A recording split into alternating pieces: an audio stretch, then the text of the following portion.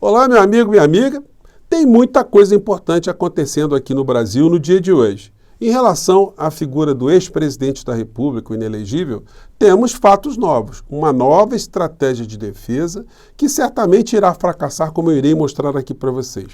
Temos também o encontro do G20 aqui no Brasil e um fato que está paralelamente a esse encontro internacional que reúne as 20 maiores potências do mundo, no que diz respeito às relações diplomáticas entre Brasil e Israel. Se a gente colocar uma lupa e olhar mais de perto, nós veremos que a crise está acontecendo entre o Estado brasileiro e um conjunto de criminosos de extrema-direita que eventualmente está ocupando a direção do Estado de Israel, fazendo uma série de atrocidades e usando dos métodos mais criminosos e vulgares justamente para provocar uma escalada nas relações entre Brasil e Israel e talvez para distrair um pouco, o foco das atenções das atrocidades que estão acontecendo, cometidas por esse Estado contra o povo palestino na faixa de Gaza. Eu vou conversar com vocês sobre o que está acontecendo, uma situação absolutamente inacreditável que o ministro das Relações Exteriores de Israel fez hoje para tentar criar uma escalada nessa crise que certamente vai acabar ficando irreversível, Bom, antes de mais nada, quero convidar você que está chegando agora ao nosso portal e não nos conhecia, para que você se inscreva aqui conosco, venha participar das nossas atividades. Se você gostar dos nossos outros vídeos, compartilhe, recomende. Não esqueça de dar o seu joinha, o seu comentário e, se puder, se inscreva aqui também no nosso clube de membros. Você que é muito bem-vindo e muito bem-vinda. Bom, vamos começar aqui pelos assuntos domésticos, gente, porque temos novidades aí, Defesa de Bolsonaro fala em paridade de armas e pede novamente a Moraes acesso às provas de investigação antes de depoimento à Polícia Federal. Depoimento do ex-presidente está marcado para essa quinta-feira, dia 22, na sede da Polícia Federal em Brasília. Moraes já negou 2 pedidos de adiamento feitos pelos advogados de Bolsonaro. Gente, eu já comentei aqui com vocês que na fase do inquérito policial não existe o contraditório e a ampla defesa que a Constituição preconiza, a Constituição aplica para casos de processos em andamento. Na fase de investigação, você não pode ter a interferência de pessoas que possam, de algum modo, evitar que a conclusão se dê. As partes interessadas, se elas interferem na apuração, evidentemente pode ter um prejuízo na apuração. Os advogados de Bolsonaro sabem disso, mas eles estão jogando para a torcida, eles estão tentando criar cada vez mais um ambiente de animosidade entre o Poder Judiciário, a figura do ministro Alexandre de Moraes, e a defesa, sempre reforçar aquele discurso de que ele está sendo perseguido. Então não tem nada de perseguição, o que vai acontecer nesse caso aí é responsabilização de alguém que cometeu um incontável número de crimes, se a gente puder usar essa expressão. Então ele vai ter que prestar contas e não tem como fugir. Hoje mais cedo eu mostrei para vocês que já está no imaginário dele a fuga, uma possível fuga ou um pedido de asilo político em uma outra nação. Mas a coisa está ficando complicada porque as possibilidades que ele poderia ter estão criando conflitos diplomáticos com o Brasil. O caso específico de Israel, e hoje a gente teve mais umas situações absolutamente inimagináveis envolvendo a Argentina, que começou a repatriar cidadãos brasileiros que estavam viajando para a Argentina, numa situação absolutamente inexplicável, mas dentro do universo da insanidade da extrema-direita faz algum tipo de sentido. Então o Bolsonaro ele vai entrar pelo cano. Hoje mais cedo eu mostrei para vocês, ele dizendo que se sente uma mosca, ele já não tem mais cidadania, ele não é mais ninguém, enfim, nem vou colocar isso para vocês, que eu sei que vocês não gostam, mas estou reproduzindo aqui o que ele disse, que ele nem mais cidadão enfim, e que ele está pedindo para que as instituições façam menos pressão, que elas se desarmem, Então, quer dizer, vejam o discurso vigarista do vigarista para tentar escapar da cadeia. Não vai adiantar, Daí a gente chega a situações internas aqui no Brasil. Controvérsia de Lula com Israel ameaça ofuscar plano do Brasil para o G20 é uma indagação que a BBC News está fazendo. Não, porque, inclusive, a voz do presidente brasileiro, ela não é uma voz isolada. Muitas pessoas dizem, o Lula falou sem pensar. Não, gente, quando o Lula ele faz uma crítica pesada ao que está acontecendo na faixa de Gaza, sob comando da extrema-direita que ocupa hoje o governo de Israel, ele está falando por muitos povos. Ele está repercutindo aquilo que muitos chefes de Estado também estão enxergando. Mais à frente, a gente vê algumas matérias nos jornais de hoje, como essas aqui. Blinken se reúne por 2 horas com Lula, mas não faz cobrança sobre fala. Então, ele não entrou, ficou ali 2 horas, né? E não tocou na questão. Mas a gente vê outros jornais que vão atrás de espécies de futricas, como o Estadão aqui. Blinken diz a Lula que discorda de comparação entre guerra de Israel em Gaza e o Holocausto. Mas quem disse isso? Foi o Blinken? Não, não tem nome para dar voz, né, ou para explicar esse título aqui. Aí vem, segundo assessores do secretário de Estado, a posição do governo americano é a de que não está em curso um genocídio contra os palestinos em Gaza. Mas isso todo mundo já sabe, né? Porque se o governo americano entendesse que está havendo um genocídio, eles já estariam com um tipo de postura absolutamente diferente. Mas pode ser que quando estiverem todos ali mortos ou estiverem todos banidos do seu território, que o governo americano faça uma meia-culpa, né? E aconteceu um genocídio, aconteceu um êxodo, o povo foi destruído, houve uma diáspora, eles podem fazer um outro tipo de avaliação, né?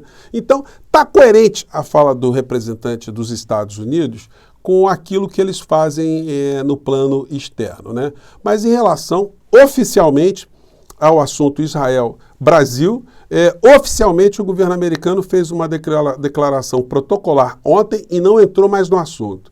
Os temas principais hoje são os envolvendo as principais economias do mundo e os conflitos na geopolítica, o que isso tem a ver de interesse, o que eles vão entrar, o que eles não vão entrar. Enfim, tem outras pautas ali, né?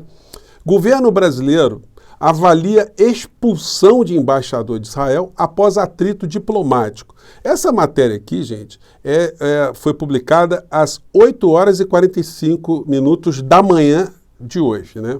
Fontes do Itamaraty do governo dizem que o movimento não é desejável, mas que pode ocorrer se houver escalada por parte dos israelenses. Então, na diplomacia, o que se faz quando está começando a ter um atrito, enfim? Os corpos diplomáticos, eles entram em campo para tentar colocar panos quentes, tentam ter ali uma intermediação para exatamente banir qualquer tipo de conflito. O que está fazendo o governo de Israel através dos seus extremistas e ali na figura do ministro das Relações Exteriores de Israel? Uma situação absolutamente vulgar, patife, infame e criminosa. E que, de fato, provoca uma série de situações que prejudicam, de fato, o povo judeu aqui no Brasil e em outras partes do mundo. Eles estão fazendo uma situação, um antagonismo artificial absolutamente criminoso, né? Bom, vamos aqui à matéria. Israel posta vídeo de brasileira que foi a rave atacada pelo Hamas. E aí ele faz a publicação no Twitter e pega essa entrevista, faz uma entrevista com essa brasileira, Rafaela Tristman, que deve ter passado, enfim, situações absolutamente absurdas, né? Absolutamente repugnantes. Mas pegar uma pessoa que passou por um drama desse e expor uma pessoa para fazer um relato no meio de um ambiente diplomático que já está estressado, o que ele quer? Ele está querendo que o Brasil tenha uma ruptura, porque foi uma situação, gente, eu assisti o vídeo todo que ele postou, é uma situação infame, vulgar, parece aqueles programas, aqueles realities que pegam pessoas assim que passaram por dificuldades ou rupturas ou crimes muito sérios, né, e bota a pessoa ali para ficar esmiuçando, colocar as vísceras para fora para ganhar audiência. Parecia isso uma espécie de ratinho, né, israelense, né, mas da pior espécie. No discurso dela, ela falou coisas como essa aqui, que ela não se sente segura para voltar ao Brasil por ser judia e porque, na sua avaliação, há muito antissemitismo no Brasil. E ela está atribuindo a esse sentimento contra judeus, né, o antissemitismo é isso, ao presidente do nosso país. O Lula está fazendo com que o povo brasileiro tenha tem algum tipo de perseguição a judeus. É isso que está no discurso dela que eu vi, que eu vou mostrar um trechinho aqui para vocês.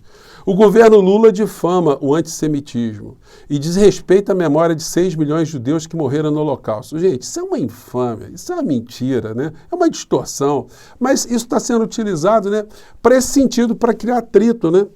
Israel ofereceu todo apoio que ela precisa depois do ataque do Hamas do 7 de outubro. Mas o Brasil não ofereceu nada. O Brasil simplesmente ignorou, abandonou todas as pessoas que passaram por essa crise. Foi isso que aconteceu? Nem ela e a família de Glazer tiveram apoio do governo brasileiro depois do ataque do Hamas. Bom, gente, é um negócio assim... pavoroso, tá? Mas eu vou colocar aqui para vocês só um trechinho muito pequeno para vocês verem que eu não estou exagerando. Como é que se utiliza uma moça para servir de propaganda para criar uma situação que o Brasil não quer, ou seja, uma ruptura, mas a coisa está escalando para esse nível aqui, né? Tudo isso, gente, com razões políticas internas, porque eles estão querendo desviar a atenção lá em Israel do que está acontecendo, criar uma crise do artificialismo para esconder a atenção daquilo que está acontecendo na faixa de Gaza. Mas o efeito pode ser exatamente o contrário, né? Vamos ver o que disse a menina aqui. Vamos lá, Rafaela Tristman. Medicação, de tratamento, de psicólogos. Eu recebo todo o apoio que eu preciso aqui. E me entristece muito saber que o país onde eu nasci, o país onde eu chamo de casa, se encontra nessa situação. Numa situação onde o governo compara as atitudes de Israel com o Holocausto. Onde Israel, que dá oportunidade para tantos árabes e quantas pessoas que moram em Gaza a trabalhar, a estudar, a viverem aqui em paz com o povo judeu, com o povo israelense. Aqui as pessoas convivem umas com as outras. Então não tem como se chamar disso um genocídio. Um genocídio seria se estivéssemos boicotando empresas palestinas. Um genocídio seria se estivéssemos agora indo contra um povo. Genocídio seria se a população tivesse diminuído significativamente, sendo que, na verdade, ela quintuplicou nos últimos anos. Israel faz de tudo para proteger os cidadãos de Gaza, inclusive perde muito dos próprios soldados para que não tenham casualidades a mais.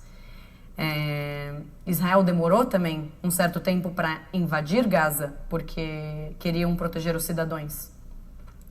Me entristece muito ser uma brasileira judia que veio para Israel, me mudei para cá, onde toda a minha família estava no Holocausto, a família dos meus avós estavam todo mundo na Polônia, foram todos assassinados por nazistas. E eu fui fazer um passeio na Polônia para ver o que realmente aconteceu. E toda a minha família fugiu da Polônia para ir para o Brasil, pois lá era um lugar seguro, pois lá era o lugar da casa deles. Lá eles não seriam perseguidos e massacrados só por serem judeus. Então, realmente é uma situação muito complicada saber que eu, brasileira, não posso voltar agora para o meu próprio país por conta do perigo de ser judia e estar num país onde tem muito antissemitismo, onde a representação do país faz comentários antissemitas, onde o governo compara o que Israel faz com Hitler, não apenas difamando o antissemitismo, mas também desrespeitando a memória de 6 milhões de judeus que morreram no Holocausto. De 6 milhões de judeus que foram assassinados brutalmente por causa de um representante. Continuo com os meus tratamentos, Israel me dá todo o apoio que precisa. O Brasil, o governo brasileiro, em nenhum momento entrou em contato comigo, com Rafael Zimmermann, com Jade Coker. Gente, é uma coisa infame, né? Não tem como a gente tratar dessa questão. O Brasil foi o primeiro país no mundo a repatriar brasileiros ou estrangeiros que estavam em Israel quando começou o conflito. Foram 7 aeronaves para buscar pessoas que estavam em Israel, em várias cidades. E as cenas estão por todos os lados aqui. Enfim, chega ao Brasil o 7º voo da FAB com passageiros repatriados. As fotografias estão por todos os lados, são várias aeronaves, enfim. Então, quer dizer, ela não veio, por que ela não veio para o Brasil? Todos vieram, o Brasil foi buscar brasileiros palestinos que estavam numa situação muito mais complicada. O Brasil fez todo o esforço, o governo Lula, o ministro das Relações Diplomáticas, a sociedade brasileira se mobilizou.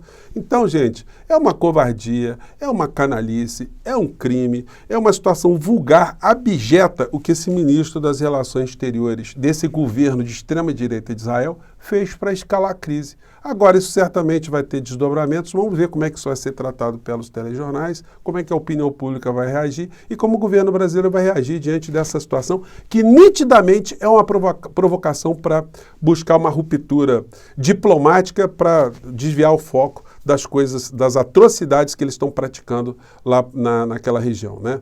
Eu fico por aqui, gente. Mande seu comentário. Um grande abraço e até o nosso próximo encontro. Tchau.